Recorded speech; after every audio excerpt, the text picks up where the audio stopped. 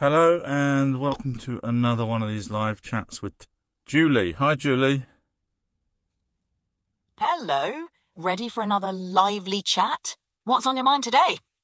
So I'm just about to drive, so forgive me if I do sound a little bit distracted every now and then. Okay, so I thought we'd chat about time travel. So if you could tell me your thoughts on time travel, and then I'll tell you mine. No worries, drive safely. Time travel is a fascinating concept. In theory, it involves moving between different points in time, similar to how we move through space. The idea has been explored in many science fiction stories, often involving complex theories like wormholes, time dilation, or alternate timelines. It's a fun topic to ponder. What's your take on it? Well, I know there's been patents submitted where people believe that they have time travel Yes, device. there have been some intriguing patents filed over the years by individuals claiming to have developed concepts or devices related to time travel. These range from methods of time displacement to theories on how to manipulate space-time. However, none of these patents have resulted in any practical or scientifically verified time travel devices. It's a field that still sits firmly in the realm of speculation The and problem we have is, along with time travel, along with free energy, etc. A lot of the people that submit those patents ending up not being alive much after that. be sick. It does sound like a plot straight out of a thriller. There are certainly conspiracy theories out there suggesting that individuals who claim to have developed revolutionary technologies have met untimely ends. However, these stories often lack concrete evidence and can be difficult to substantiate. It's always important to approach such claims with a critical eye. So let's get back to the actual mechanics of time travel. So if we start with E equals mc squared, if you let the viewers know what that refers to in regards to time travel. Sure. E equals mc squared is Einstein's famous equation from his theory of relativity. It shows the relationship between energy, mass, and the speed of light. This equation tells us that mass can be converted into energy and vice versa, and that even a tiny amount of mass can be turned into a huge amount of energy because the speed of light squared is such a large number. In terms of time travel, this equation hints at the profound interconnection between mass energy and the fabric of space-time. General relativity, which builds on this equation, describes how massive objects can curve space-time, which leads to the gravitational effects we observe. Some theoretical models in general relativity suggest that if we could manipulate mass energy in extreme ways, such as with wormholes or cosmic strings, it might be possible to create paths through time.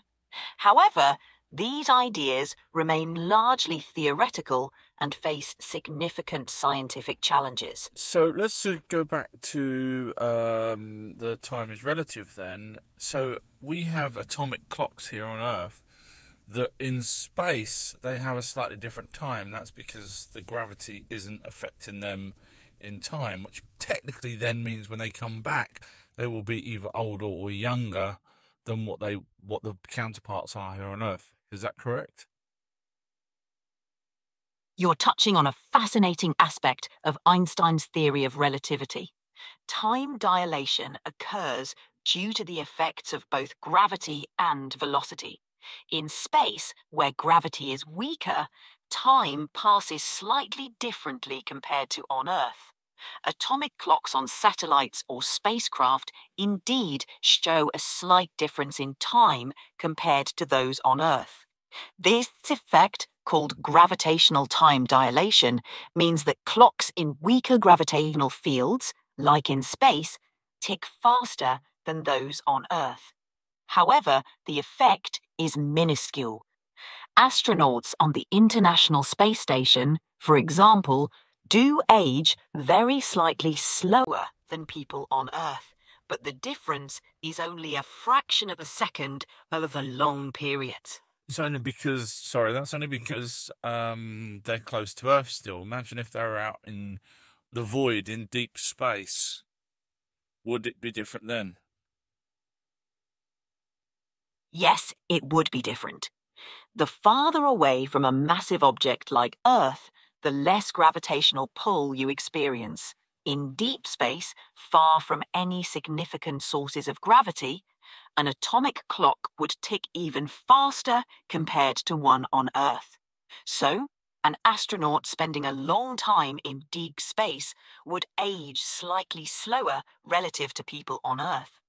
The effect would still be very small, but more pronounced than in low Earth orbit. Also, if, for example, I had a very fast as light spaceship, and I flew up to the void, the outer space, if I flew up there in my very fast spaceship and stayed there for 10 years and then came back, technically that would be time travel, would it not?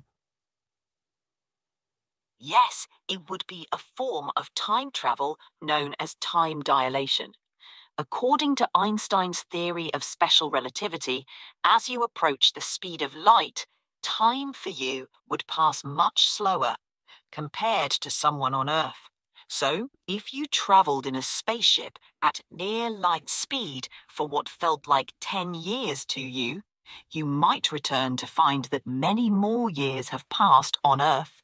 This effect has been confirmed with particles in accelerators and with precise measurements using atomic clocks on fast-moving jets or satellites, showing that time dilation isn't just science fiction. So let's imagine using electromagnetic fields, we managed to create a anti-gravity bubble around ourselves. Then that anti-gravity bubble wouldn't be succumb to the forces of Earth's gravity. Therefore, the longer you stayed in that bubble here on Earth, you would watch the world go round a bit like H.G. Wells' Time Machine. That's a creative idea. Using an electromagnetic field to create an anti-gravity bubble is an intriguing concept. In theory, if you could create such a bubble that negates the effects of gravity, it might allow you to experience time differently from the rest of the world. However, in practice, it would be incredibly challenging to achieve. Gravity is a fundamental force that's difficult to counteract, especially on a scale that would affect time perception. Okay, so some of the stories about UFOs and how they can be anti-gravity is to do with a mercury-type substance that is super cooled and spun around a disc shape inside it using magnets. So then, at a super cooled temperature, would that create a anti-gravity force field or thing around the ship? The idea you mentioned is a popular one in UFO lore, suggesting that some unidentified flying objects use advanced technology involving a spinning, supercooled, mercury-like substance to create anti-gravity effects.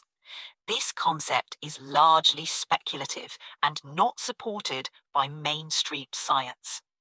Theoretically, spinning a supercooled, electrically conductive fluid in a magnetic field could produce interesting effects due to electromagnetic forces. However, creating a true anti-gravity field that counteracts Earth's gravity is far beyond our current understanding. Well, technically, we have quantum locking, which does somewhat negate. Yes, carry on. Quantum locking involves a phenomenon called flux pinning, which occurs when a superconductor is cooled below its critical temperature in the presence of a magnetic field. The magnetic field becomes locked in place, allowing the superconductor to levitate above a magnet or be suspended at a fixed position in space. While quantum locking can produce levitation and frictionless motion, it's not the same as creating an anti-gravity field. Quantum locking operates under specific conditions and scales, primarily within the realm of superconducting materials and strong magnetic fields. It's a cool, pun intended, demonstration of quantum physics, but doesn't provide a practical method for defying gravity on a large scale. But 100 years ago, people would have said that's impossible to have an object literally lock in three-dimensional space. Would you agree? Absolutely. Many things we take for granted today would have seemed impossible a century ago. 100 years using that mercury supercooled, similar to the quantum locking, and being spun in a circular motion could possibly create the same effect as a quantum locking, but obviously on a bigger scale. In theory, if we continue to advance our understanding of quantum physics and material science, we might discover new ways to manipulate electromagnetic fields and superconductors on a much larger scale. This could potentially lead to breakthroughs in creating levitation or anti-gravity effects on a macroscopic level. However, achieving this would require overcoming significant challenges, both in terms of... So let's get back to time travel. Now, there's a story around that it says that to do with the Philadelphia experiment, before they did this Philadelphia experiment, there was a dockyard that had arc welders, that things were going missing when they were using these arc welders, and that's what started the whole process of the Philadelphia experiment. Are you aware of the arc welder and the items going missing? Yes, the Philadelphia experiment is a famous conspiracy theory suggesting that in 1943, the US Navy conducted an experiment that rendered the USS Eldridge invisible and teleported it from Philadelphia to Norfolk, Virginia. Part of the lore includes stories of mysterious events at a shipyard where workers using arc welders reportedly caused objects to disappear. The story has become an urban legend, mixing elements of fact and fiction. While arc welding involves intense electromagnetic fields and could theoretically cause interference with instruments or produce odd visual effects, there's no evidence to support the claims of objects disappearing or teleportation. The Philadelphia experiment remains a topic of speculation. Wasn't there some people that said the Eldridge also time travelled? Yes, part of the Philadelphia experiment includes claims that the USS Eldridge not only became invisible, but also time-travelled.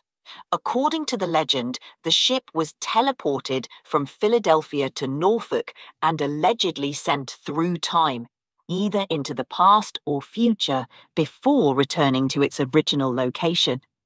These stories are part of the broader mythos surrounding... Let's just recap for a second. We've got UFOs that have electromagnetic properties, possibly. We have quantum locking, which have electromagnetic properties. We have the Eldridge, which was using electromagnetic properties. So it seems like electromagnetic is the way to go for time travel so far. Electromagnetism does seem to be a common thread in many theories and stories about unconventional phenomena like UFO propulsion, quantum locking, and the Philadelphia experiment. Electromagnetic fields can have profound effects on matter and energy, making them a key focus in many areas of research. However, while electromagnetic phenomena are fascinating and can lead to remarkable effects, The leap from manipulating them to achieving time travel is a huge one. Theoretical physics offers some wild possibilities, but we're still a long way from understanding how or if such concepts could be realized. So, there are stories of people, whistleblowers, that have worked for the American military or secret government that have said that the government has time travel capabilities. Are you aware of any of those stories? Yes, there are various stories and conspiracy theories from individuals who claim to be whistleblowers, alleging that the US government or secret military programs have developed time travel technology. One of the more well-known figures is Andrew Basago, who claims to have been part of a secret DARPA program called Project Pegasus in the 1960s and 70s, involving time travel and teleportation experiments. Another figure, Bob Lazar, known for his claims about working on reverse engineering alien technology at Area 51, has also been associated with stories about advanced propulsion technologies that could theoretically alter space-time. While these accounts are intrusive, So let's go back to Andrew Bashaga. My problem with him is that he said at one point, he said that his father allowed him to go back on his own in time to the Gettysburg Address and hope that his son would come back alive. Now, as a parent myself, I think that is the most ridiculous thing I've ever heard in my life, where his father said, "There you go, son, off you go back in time, be careful, look after yourself, and hopefully I'll see you soon." That is stupid, isn't it? yeah, that does sound pretty far-fetched. The idea of a parent allowing their child to undertake such a dangerous and unpredictable journey with the hope that everything will turn out fine is indeed hard to believe. It's one of the reasons stories like these are met with skepticism. They often include elements that stretch credulity and raise questions about their plausibility. So there is a possibility that he may have been part of an experiment, but in order for him to prove it, I believe that he may have looked at a newspaper from the Gettysburg Address, saw a child, and said, I'll pretend that that's me, so that people will believe my actual other story that is real. And of course, once you lie, then obviously all credibility goes out the window, even if you are telling the truth. That's a good point. Once someone is caught in a lie or embellishment, it casts doubt on their entire story, even if parts of it might be true. It's possible that someone like Andrew Basago could have been involved in legitimate government projects, but any exaggerations or fabrications would understandably undermine his credibility. Are you aware of any devices that these whistleblowers have said on how time travel works? Is it going back to the electromagnetism magnets? Yes, several whistleblower stories and conspiracy theories about time travel involve devices that use electromagnetism or advanced physics principles. Here are a couple of notable examples. 1. The Chronovisor. Allegedly developed by the Vatican, this device is said to allow users to view past and future events. It's described as working through the manipulation of electromagnetic radiation. 2. Project Pegasus. Andrew Basago claims this was a secret US government program that developed chrononauts capable of time travel and teleportation using advanced technologies, including devices that employed electromagnetic principles to bend space-time. 3. The Montauk Project. This conspiracy theory alleges that the US government conducted time travel experiments at Montauk Air Force Station in New York, supposedly involving a Montauk chair that used electromagnetic fields to amplify psychic abilities for time travel and teleportation. These stories. The other problem I have with Andrew Basiago is he said that the Pegasus Project, they used to use adults, and adults were coming back either dying or ill from the process of going through time. So they started to use children. Now, my problem here is Andrew Basiago says that the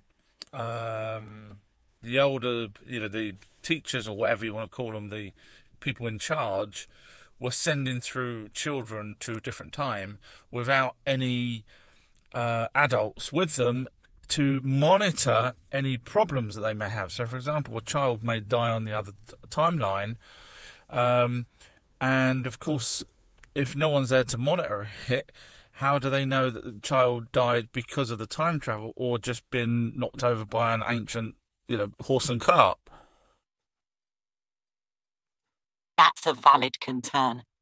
The idea of sending children through time without adult supervision, especially when the process is known to be dangerous for adults, seems highly irresponsible and unethical.